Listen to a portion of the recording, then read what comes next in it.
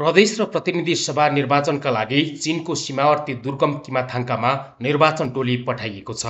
निर्वाचन कार्यालय सङ्खुवासभाले भोटखोला गाउँपालिका 1 को किमाथाङ्का र वडा नम्बर 2 को रिदाक र धुधाममा निर्वाचन गराउन मतदान अधिकृत र सुरक्षाकर्मीहरूको टोली पठाएको हो।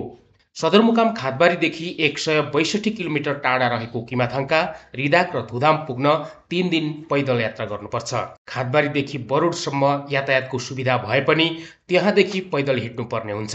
कार्तिक 30 गते बेलुकीसम्म मतदान स्थलसम्म पुग्ने गरी मतदान अधिकृत, सहायक मतदान अधिकृत, सहयोगी कर्मचारी र सुरक्षाकर्मी सहितको टोली पठाइएको निर्वाचन कार्यालयले जनाएको छ।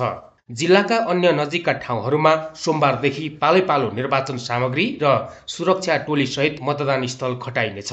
सङ्खुवासभामा 1 प्रतिनिधि सभा र 2 वटा प्रदेश सभा निर्वाचन क्षेत्र छ।